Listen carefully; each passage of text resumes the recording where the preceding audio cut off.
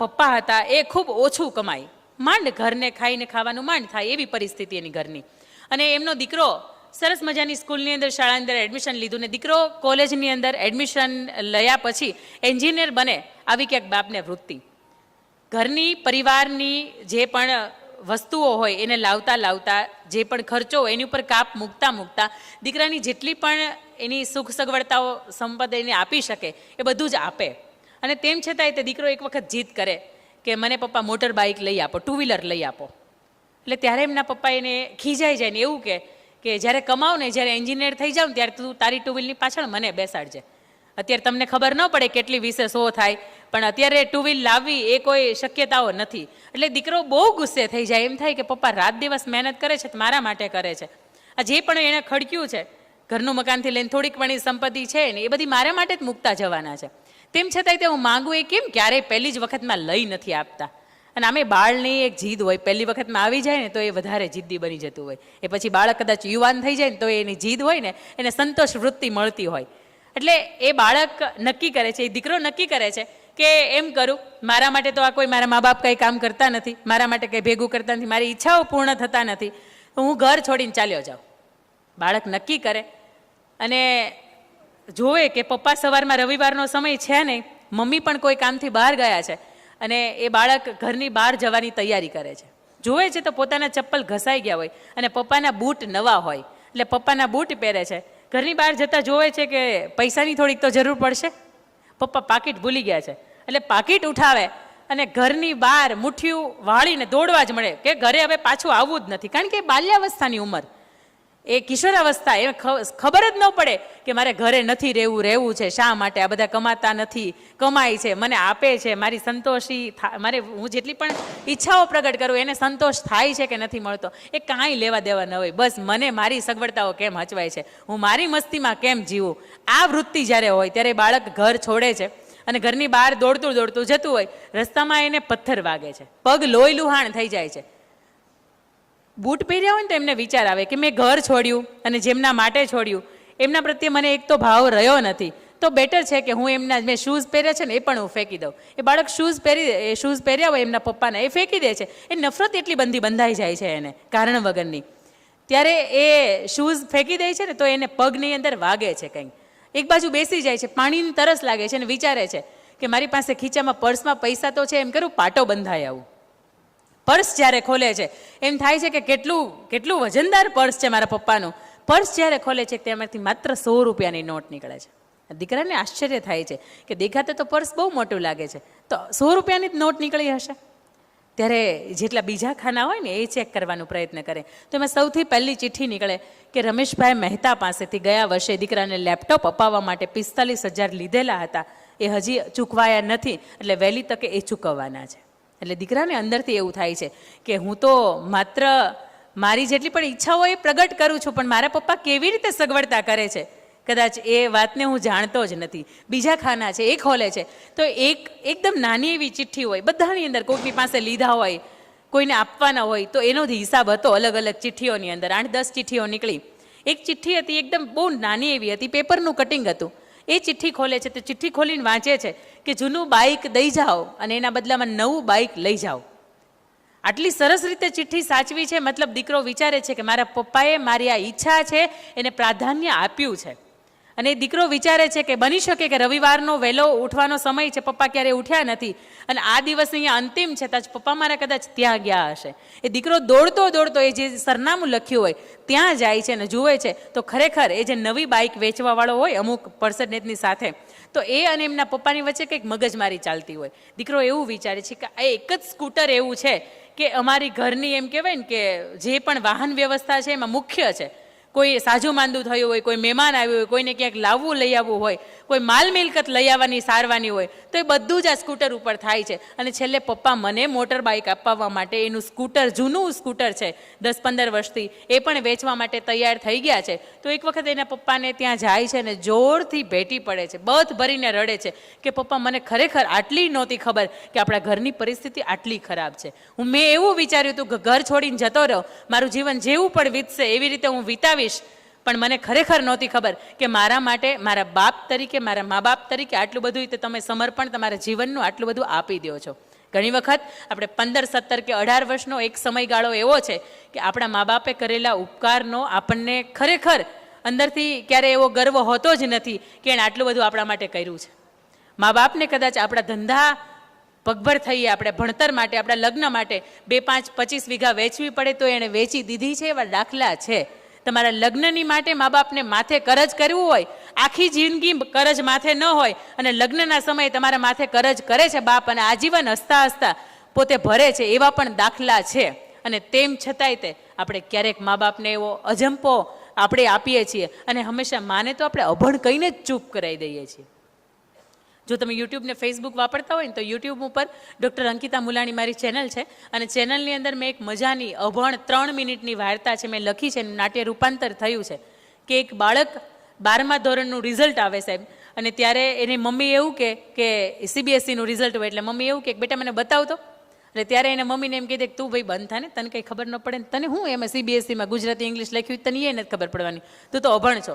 એ જે કટાક્ષ કહે છે ત્યારે પતિ પત્ની વચ્ચે અને બાળક વચ્ચેનો જે સંવાદ થાય છે અને 3 મિનિટની અંદર એ બાળકનું જે હૃદય પરિવર્તન થાય છે, એમના મા પ્રત્યેનો જે ભાવ હોય એ જે પરિવર્તિત થાય એ તમે જોવો ને ત્યારે તમને ખરેખર અંદરથી એક યુવાધન તરીકે આપણને એવું થાય કે આપણે હંમેશા આપણે માને અભણ કહી છે ને, એ અભણ હતી ને એટલે જ સારું હતું. બાકી એને સૂટ બૂટ પહેરીને, ખંભે પર્સ નાખીને, હાઈ હીલની સેન્ડલ પહેરીને એને ઘરની બહાર જતા આવડતું હતું અને તેમ છતાંય તે અભણ રહીને એટલે આપણને સમય આપી શકે ને આપણા જીવનની અંદર એને સમયનું રોકાણ કર્યું ને એટલા માટે આજે આપણે કંઈ પણ જે કંઈ પણ સમાજની અંદર નામાંકિત લોકોની વચ્ચે આપણે સ્થાન પામ્યા છીએ એનું કારણ હતું કે મારી મા અભણ હતી.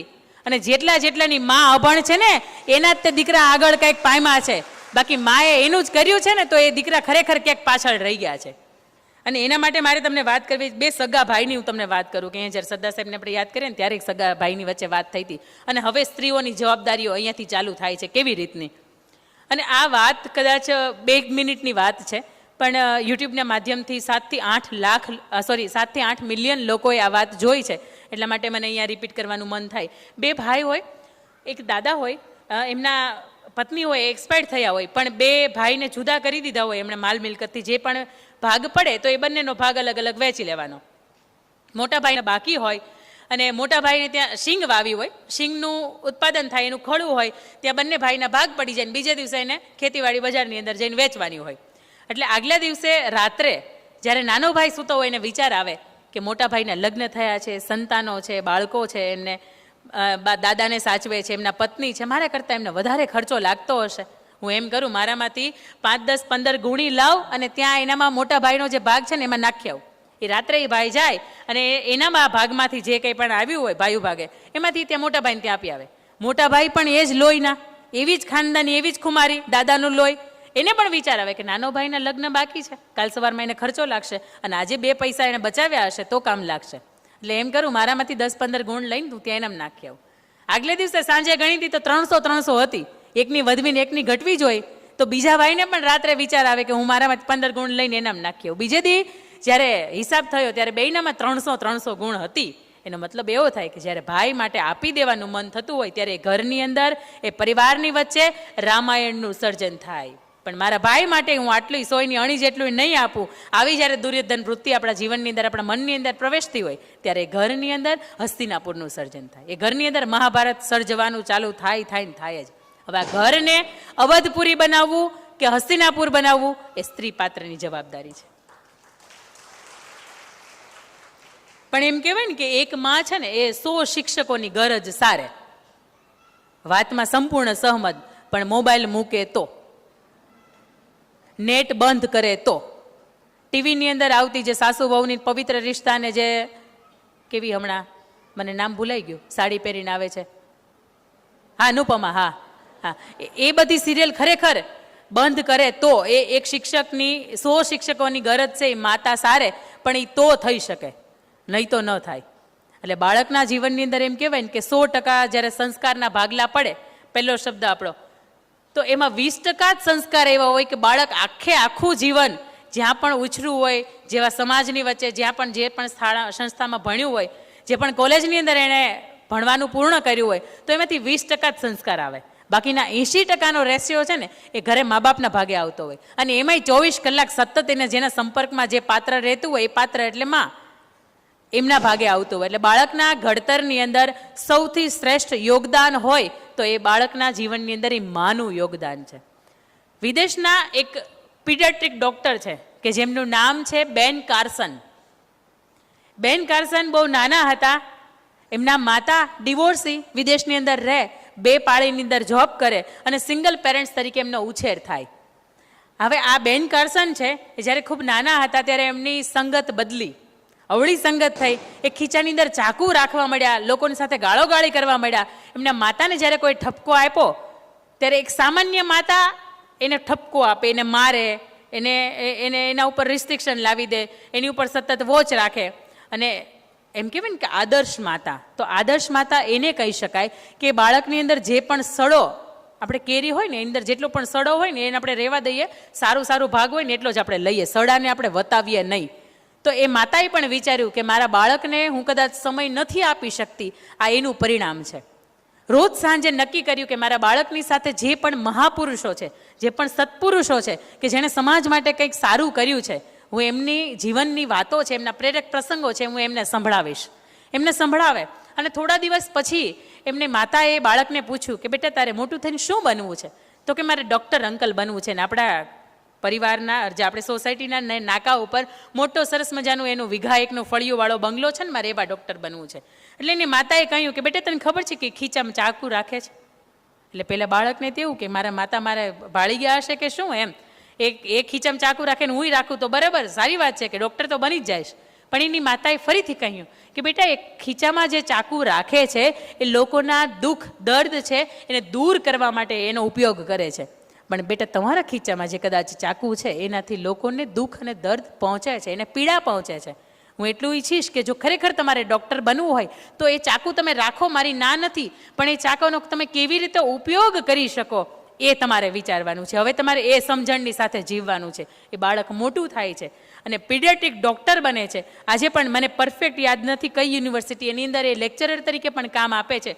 અને વિશ્વનો સૌથી અઘરામાં અઘરો એવો કેસ કે 2 જુડવા બાળકો હતા, એને માથા જોઈન્ટ હતા, એમનું સતત 22 કલાક ઓપરેશન ચાલે છે. અને એ જ ચાકુ જે બાળપણમાં એણે નાના હતા ને ખીચામાં રાખ્યું હતું, એ જ ચાકાથી એ મોટા થાય છે. અને 2 બાળકો જે જીવનદાન શક્ય નથી એ બંનેના માથા જુદા કરે, સેપરેટ કરે છે, બંનેને જીવનદાન આપે છે. અને એ ચાકાથી જે સમયે એ દુઃખ અને દર્દ આપતા હતા લોકોને, એ જ ચાકાથી એક માની પ્રેરણાથી, માની સમજણથી કે માની શિખામણથી એ બાળક મોટો થાય અને એ લોકોના જે દુઃખ અને દર્દ છે ને એ દૂર કરે છે.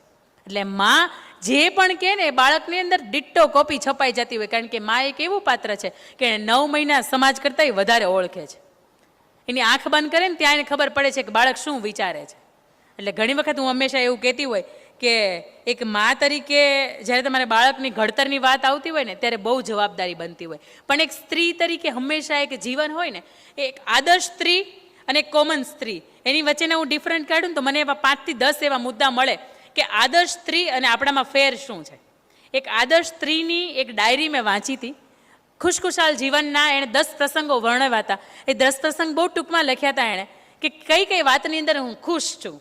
ત્યારે તમારે મને કહેવાનું છે કે આવી વાત જ્યારે હું એમ કહું કે એ સ્ત્રી ખુશ છે અને આદર્શ સ્ત્રીના બિરુદના અંડર આવે છે, ત્યારે તમારે મને કહેવાનું છે કે આની અંદર આપણે ખરેખર ખુશ રહી શકીએ કે નહીં. એ સ્ત્રીએ સૌથી પહેલાં એની ડાયરીની અંદર પહેલી વાત લખી હતી કે મારા પતિ રાત્રે હું સૂવું છું ત્યારે નસકોરા બોલાવે છે, થેન્ક યુ ભગવાન કે મને ખબર પડે છે કે જીવંત છે અને મારી સાથે છે. સમજાય છે? આદર્શ સ્ત્રી છે. અને ફરિયાદ કરતી સ્ત્રી એવું કે સૂતા નથી, નસકોરા બોલાવવાનું ચાલુ કર્યું નથી. બીજી વાત, એ સ્ત્રી એવું કહે છે કે સવારમાં વહેલા ઉઠીને 5 વાગે મારા બાળકો મને ચીડાઈને એવું કહે છે કે આખી રાત મને મચ્છરે ઊંઘવા નથી દીધા. થેન્ક યુ ભગવાન કે આવી ઘરની પરિસ્થિતિ છે ને મચ્છર કરડે છે, તેમ છતાંય તે મારા બાળકો આખી રાત ઘરે રહે છે. તથ્ય પટેલની જેમ રાત્રે 12-1 વાગે બાર ગોતવા નથી જવા પડતા. થેન્ક યુ ભગવાન કે મને આવા સમજણા બાળકો આપ્યા છે કે ઘરે અગવડતા છે તેમ છતાં એ ઘરે રહે છે. એના પછીની ત્રીજી વાત કે દર મહિને મારા પૈસામાંથી વીજળીનું બિલ, પાણીનું બિલ, મારા મોબાઈલના બિલ, ઘણી વખત મારા સાસુ કે સસરાના કોઈ પોતાના એક્સપેન્સ હોય, મેડિકલ બિલ હોય તો મારે ભરવા જવા પડે છે. થેન્ક યુ ભગવાન કે તે મને આવી સગવડતાઓની સાથેનું જીવન આપ્યું છે. આપણે બિલ ભરી દેજો, સાચું બોલજો, હે ને? બહુ ઓછા એવા હોય કે ખરેખર પોતાના બિલ હોય ને એ રીતે લિપસ્ટિકના બિલ હોય એ પણ આ લોકોને માથે પછી કે ખીજાય છે. એટલે ક્યાંક આપણે ફરિયાદવાળું જીવન જે આપણી માથે કલંક લાગી ગયો છે ને એટલા માટે લાગી ગયો છે. એના પછીની ચોથી વાત એવી છે કે રાત પડતા એ સ્ત્રી એવું કહે છે કે હું થાકી જાઉં છું. એનો મતલબ એવો છે કે થેન્ક યુ ભગવાન, તો આખો દિવસ મને સરસ મજાના એમ સમજણની સાથે સરસ મજાના સંઘર્ષની સાથે મારો આખો દિવસ વીતે છે કે છેક રાત્રે હું થાકું છું. આ તો સવારમાં ઉઠીએ ત્યારથી કમર દુખતી હોય ને માથું દુખતું હોય. એક કોમન સ્ત્રી છે ને એની હવે ફરિયાદવાળું જીવન હોય. એના પછીની વાત એવી છે કે ઘરમાં કચરા પોતા દરવાજા ઉપર જેટલું પણ છે બધું મારે જાતે સાફ કરવું પડે છે. આપણે એમ કે કામવાળી નથી આવતી, પણ થેન્ક યુ ભગવાન કે તે સરસ મજાનું મને ઘર આપ્યું છે. દુનિયામાં ઘણા પણ એવા લોકો છે કે જેને ઘરની સગવડતા તે નથી આપી. આ આદર્શ નારી છે ને એ આવું વિચારે છે. વિચારોમાં જ્યારે પરિવર્તન આવે ને ત્યારે આપણા જીવનની અંદર આપણને ઓટોમેટિક એવું લાગે કે ખુશખુશાલ છીએ આપણે.